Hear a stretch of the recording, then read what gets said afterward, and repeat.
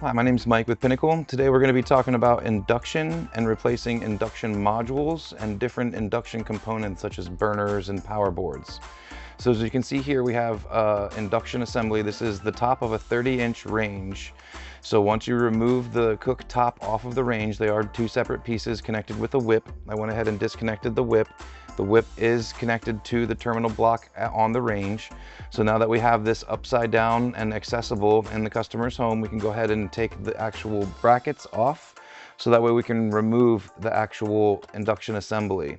Once we take the brackets off, the actual housing is going to be what's going to be moved, and then we're going to be left with the induction assembly. And then we'll flip it over and you can see the burners. So we're going to start with taking off the brackets. You're going to remove all the screws all the way around. There's 4 brackets, 2 on each side and 2 in the front, and 1 in the front and 1 in the rear.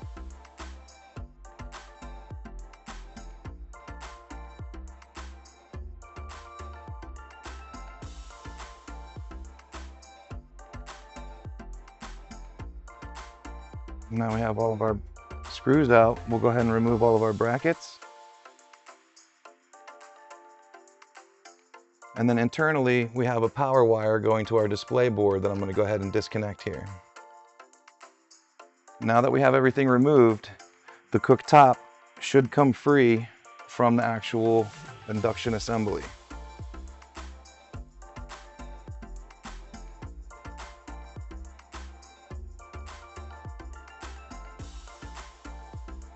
So now we have what's left. We have our induction assembly and our glass located underneath.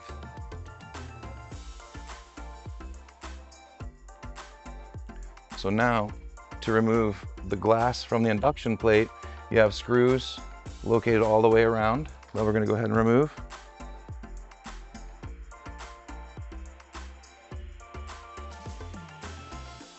All right, now that we have all the screws out of the induction assembly, it will separate from the glass.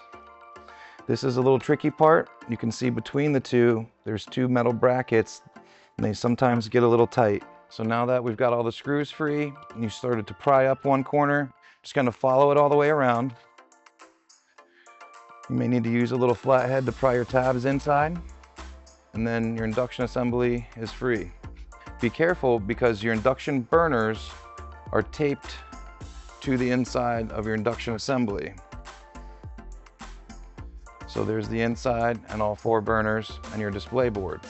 So if we needed to, we can come in here and replace individual burners. We have E6 codes. We have a sensor go bad, we can replace individual burners. And you can replace the actual induction module itself independently. Or in rare cases, we can send the complete induction assembly, and that way it's a complete swap of the whole entire induction. So now what we're going to do is go ahead and just reverse this and put it back together.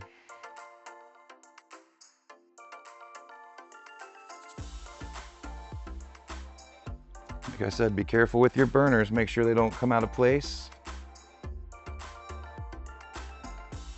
Push everything nice and tight, and then go back around and reinstall all your screws.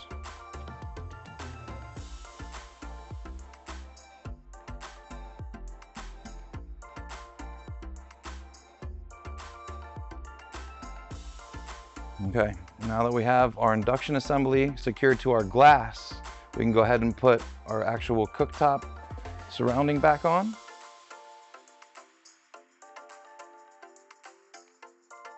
Just be super careful and set her on in there. Make sure everything's lined up.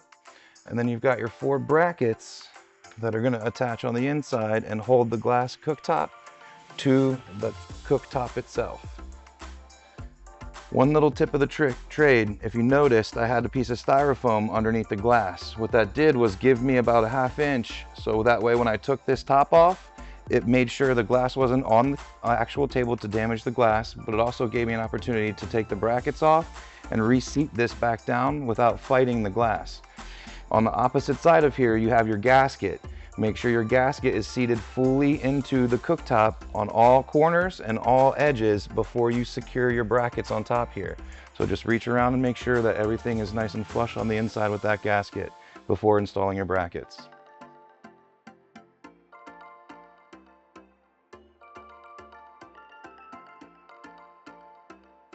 All right, and once you have all your holes lined up and you assured that your glass is flush on the cooktop,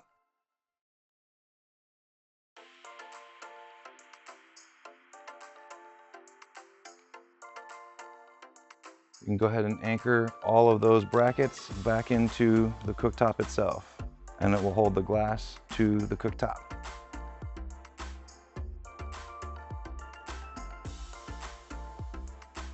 Now remember, these come in all different sizes. We've got, this is a 30-inch. We also have 36-inch, and we have 48-inch induction assemblies. So you may have larger, and you may have multiple burners. You may have multiple induction modules. So just be careful, replace as necessary. All right, now that we got all of our brackets secured, I'm gonna go ahead and reattach our power wire. These edge connectors, they can be finicky sometimes. Make sure all contacts are touching on these edge connectors.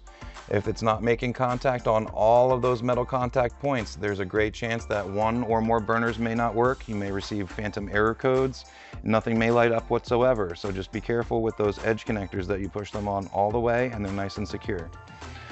So now that we have everything put back together, we can go ahead and flip this back up and make sure that our glass is nice and tight.